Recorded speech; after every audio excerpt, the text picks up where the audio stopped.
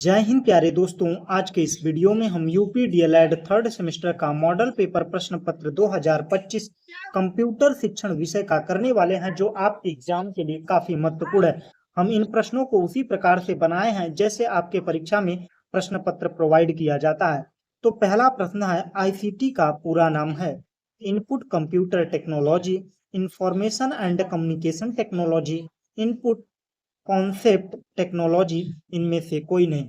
तो आईसीटी का full form होता है information and communication technology. Option B सही होगा। एजुसेट का पूरा नाम है एजुसेट का पूरा नाम education setup, educational startup, educational satellite, उपरोक्त में से सभी। तो एजुसेट का फुल फॉर्म होता है एजुकेशनल सैटेलाइट। एजुसेट को एक और नाम से जाना जाता है, उसको आप लोग कमेंट में बताइएगा। बढ़ते हैं अगले प्रश्न की ओर। तो अगला प्रश्न है, विकिपीडिया है एक ज्ञानवर्धक वेबसाइट, हार्डवेयर ए और बी दोनों, इनमें से कोई नहीं। तो विकिपीडिया एक ज्ञानवर्धक वेबसाइट है। ऑप्शन पहला सही होगा। स्लाइड तैयार करने के लिए इनमें से किस सॉफ्टवेयर का प्रयोग किया जाता है? एमएस वर्ड का, एमएस पावर पॉइंट का, एमएस एक्सेस का, एमएस एक्सेल का। तो स्लाइड को तैयार करने के लिए हम क्या करते हैं? एमएस पावर पॉइंट का उपयोग करते हैं। बढ़ते हैं अगले प्रश्न की ओर। तो अगला प्रश्न है, संचार की प्रक्रिया में मूल तत्व हैं सूचना स्रोत, प्रसारण, प्राप्ति, उपरोक्त में से सभी। संचार की प्रक्रिया में मूल स्रोत यह सभी हैं, उपरोक्त में से सभी। ऑप्शन डी सही होगा। अब हम अति लघुत्तरी प्रश्नों को करने वाले हैं। जैसे आपके परीक्षा में प्रश्न पत्र बनाए जाते हैं ना, बिल्कुल सेम उसी तरीके से हमने ये मॉडल पेपर तैयार किया है और हम उन प्रश्नों को ले रहे हैं जो परीक्षा में कई बार पूछे गए हैं। जैसे यह प्रश्न 2016, 2019, 2023 में पूछा गया है। तो चलिए बढ़ते हैं प्रश्नों की ओर। तो प्रश्न है, सर्वर का क्या अर्थ है? सर्वर एक कंप्यूटर प्रोग्राम या डिवाइस है जो दूसरे कंप्यूटर प्रोग्राम उसके उपयोगकर्ता क्लाइंट को सेवा प्रदान करता है। इसका उपयोग नेटवर्क के संसाधनों को प्रतिबंधित करने के लिए किया जाता है, जैसे ईमेल भेजना, वेबसाइट होस्ट करना आदि। तो ऐसे समझिए, पहले क्लाइंट समझ लीजिए। अगर क्लाइंट पूछता है, जैसे हम अपनी मोबाइल से या लैपटॉप से कुछ चीजें सर्च कर रहे हैं, जब वो सर्च कर रहे हैं तो क्या है, हमारा मोबाइल क्या हुआ? क्लाइंट हुआ। और जिस मोबाइल मतलब जिस कंप्यूटर से हमारे मोबाइल पर वो डाटा दिख रहा है जिसको सर्च किए हैं, वो क्या है? हमारा सर्वर है। सर्वर भी समझ में आया, क्लाइंट भी समझ में आया। बढ़ते हैं अगले प्रश्न की ओर। तो अगला प्रश्न है, स्मार्ट क्लास से आप क्या समझते हैं? स्मार्ट क्लास शिक्षण की एक नवीन संकल्पना है या नवीन तकनीकी है, जिसमें ई लर्निंग सामग्री, मल्टीमीडिया, डिजिटल बोर्ड और प्रोजेक्टर का उपयोग करके छात्रों के अधिगम को जीवंत अनुभव कराया जाता है। मतलब बेहतर तरीके से सिखाने के लिए चित्र और श्रव्य और दृश्य तरीके से किस क्लास में पढ़ाया जाता है? स्मार्ट क्लास में पढ़ाया जाता है।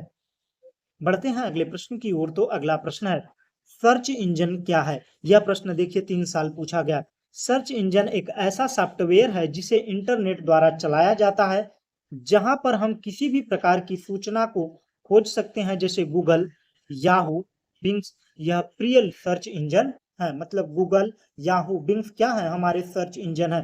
क्रोम ब्राउजर, ये सभी क्या है? हमारे वेब ब्राउजर हैं। बात समझ में आई? बढ़ते हैं अगले प्रश्न की ओर। तो अगला प्रश्न है, कंप्यूटर सिस्टम के अंग कौन कौन से हैं?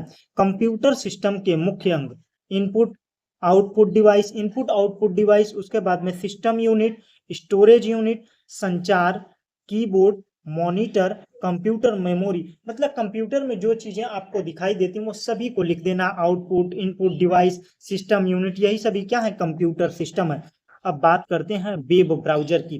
वेब ब्राउजर से आप क्या समझते हैं? Web browser world wide web की जानकारी तक पहुंचने के लिए उपयोग किया जाने वाला एक सॉफ्टवेयर या एप्लीकेशन है। जब कोई उपयोगकर्ता को जानकारी का अनुरोध करता है जब कोई उपयोगकर्ता जानकारी का अनुरोध करता है तो वेब ब्राउजर उसे वेब सर्वर से डाटा लाकर उपयोगकर्ता की स्क्रीन पर वेब पेज पर प्रदर्शित करता है। क्रोम क्या करता है? क्रोम क्या है? एक वेब ब्राउजर है जो सर्च इंजन से क्या करता है? जानकारियों को सर्च करके हमारे मोबाइल फोन पर या एप्लीकेशन जैसे क्रोम खोले हैं, उसके बाद में ओपेरा मिनी, यूसी ब्राउजर, यह सभी क्या है? हमारे वेब ब्राउजर हैं जिसके जरिए सर्च इंजन हम खोलते हैं। बढ़ते हैं अगले प्रश्न की ओर। तो अगला प्रश्न है, सीडी रोम क्या है? सीडी रोम का पूरा नाम compact disc read only memory है। सीडी रोम का फुल फॉर्म क्या है? Compact disc read only memory या ऑप्टिकल डिस्क है। इसका उपयोग डेटा स्टोर करने के लिए किया जाता है। सीडी रोम को केवल पढ़ा जा सकता है, इनमें डेटा लिखा या मिटाया नहीं जा सकता।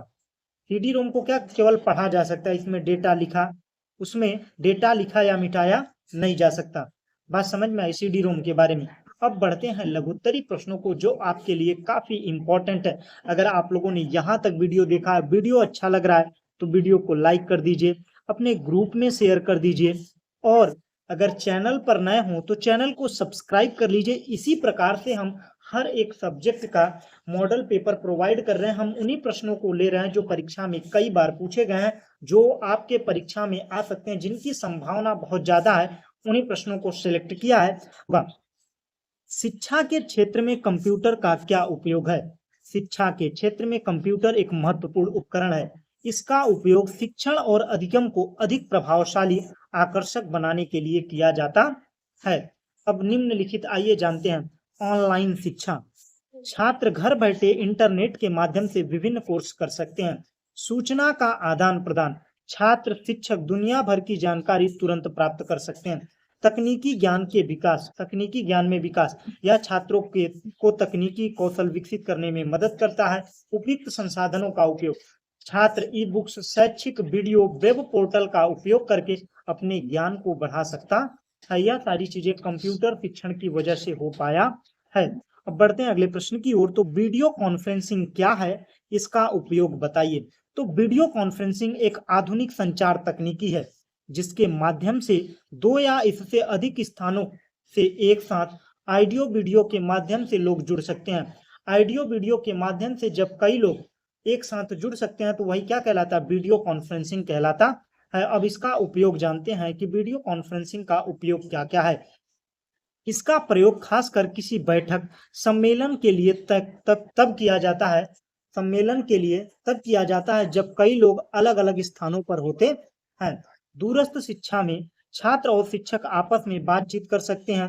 इसके माध्यम से दस्तावेजों, कंप्यूटर पर चल रही सूचनाओं का आदान प्रदान किया जा सकता है। किसके द्वारा? वीडियो कॉन्फ्रेंसिंग के द्वारा। अब पढ़ते हैं ई बुक्स के बारे में। अगला प्रश्न क्या है? ई बुक्स से आप क्या समझते हैं? ई बुक्स एक इलेक्ट्रॉनिक पुस्तक होती है, जिसका अर्थ डिजिटल पुस्तक। इसमें कागज का प्रयोग नहीं किया जाता है। यह डिजिटल फाइल होती है जिसे कंप्यूटर, मोबाइल, अन्य डिजिटल उपकरणों द्वारा पढ़ा जाता है।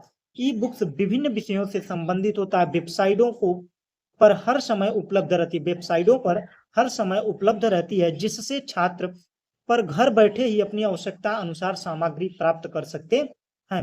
अब पढ़ते हैं वेब पोर्टल क्या है, इसकी उपयोगिता बताइए। वेब पोर्टल इंटरनेट पर वेबसाइटों के समूह को कहा जाता है, जो प्रवेश द्वार के रूप में कार्य करता है। यह उपयोगकर्ता को विभिन्न वेबसाइटों, डाटाबेसों और सेवाओं तक पहुंच प्रदान करता है। वेब पोर्टल क्या करता है? वेबसाइटों, डेटाबेस, सेवाओं तक पहुंच प्रदान करता है। वेब पोर्टल आमतौर पर विशिष्ट विषय पर केंद्रित होता है। गूगल न्यूज, याहू इसके कुछ उदाहरण हैं। इसकी उपयोगिता यह है कि यह उपयोगकर्ता को अपनी आवश्यकता के लिए प्रासंगिक जानकारी और सेवाएं खोजने में मदद करता है। यह रहा क्या? वेब पोर्टल रहा। प्रसार भारती द्वारा ज्ञान के विकास के लिए प्रदान की जाने वाली शैक्षिक सेवाओं को बताइए। प्रसार भारती भारत का एक लोक सेवा प्रसारक है, जो दूरदर्शन और रेडियो के माध्यम से सूचना, शिक्षा और मनोरंजन प्रदान करता है। इसकी शैक्षिक सेवाएं निम्नलिखित हैं। आइए जानते हैं।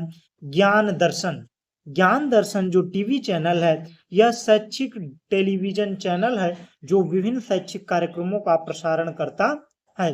रेडियो कार्यक्रम, जिन क्षेत्रों में दूरदर्शन सेवाएं उपलब्ध नहीं है, वहां पर रेडियो पर शैक्षिक कार्यक्रम प्रसारित किए जाते हैं, ताकि छात्र घर बैठे विभिन्न कौशल और विषयों की जानकारी प्राप्त कर सकें। विभिन्न विषयों पर कार्यक्रम यह स्वास्थ्य, शिक्षा, कृषि, ग्रामीण विकास और विज्ञान प्रौद्योगिकी जैसे क्षेत्रों का कार्यक्रम प्रसारित किया जाता है। अब बढ़ते हैं अगले प्रश्न की ओर। तो अगला प्रश्न है, कंप्यूटर नेटवर्क के प्रकारों का वर्णन कीजिए। कंप्यूटर नेटवर्क मुख्य रूप से 3 प्रकार के होते हैं। पहला है LAN लोकल एरिया नेटवर्क। यह एक सीमित क्षेत्र और घर कार्यालय एक इमारत के अंदर काम करता है। LAN क्या है? Local area network. यहाँ कहाँ काम करता है? घर में काम करता है, कार्यालय में, इमारतों के अंदर काम करता है। MAN metropolitan area network. यह नेटवर्क एक शहर, नगर के भीतर काम करता है। यह LAN से बड़ा और WAN से छोटा होता है। अब WAN के बारे में जानते हैं। WAN wide area network. यह नेटवर्क एक बड़े भौगोलिक क्षेत्र जैसे एक देश, महाद्वीप तक फैला होता है। WAN, MAN, LAN के बारे में जानकारी मिल गई। अब लास्ट क्वेश्चन, टेलीकॉन्फ्रेंसिंग को समझाइए। टेलीकॉन्फ्रेंसिंग को समझाइए। यह भी प्रश्न 2019, 23, 2024 में पूछा गया है। तो टेलीकॉन्फ्रेंसिंग दो या दो से अधिक प्रतिभागियों के साथ एक लाइव ऑडियो दृश्य श्रव्य बैठक है। यह प्रक्रिया परिष्कृत तकनीकी शामिल होती है जिसके माध्यम से अलग अलग स्थानों पर बैठे लोग एक दूसरे से संवाद कर सकते हैं। इनके 3 प्रकार होते हैं। मैंने जो ऊपर बताया वीडियो कॉन्फ्रेंसिंग वही चीजें हैं।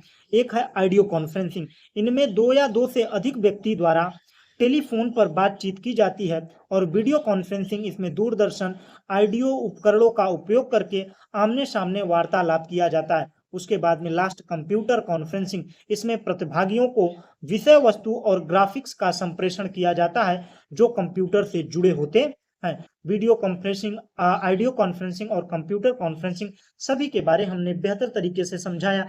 अगर आप लोगों को वीडियो अच्छा लगा तो वीडियो को लाइक कर दीजिए, अपने कॉलेज वाले ग्रुप में शेयर कर दीजिए और ऐसे ही मॉडल पेपर पाने के लिए चैनल को सब्सक्राइब कर दीजिए। Thanks for watching. जय हिंद।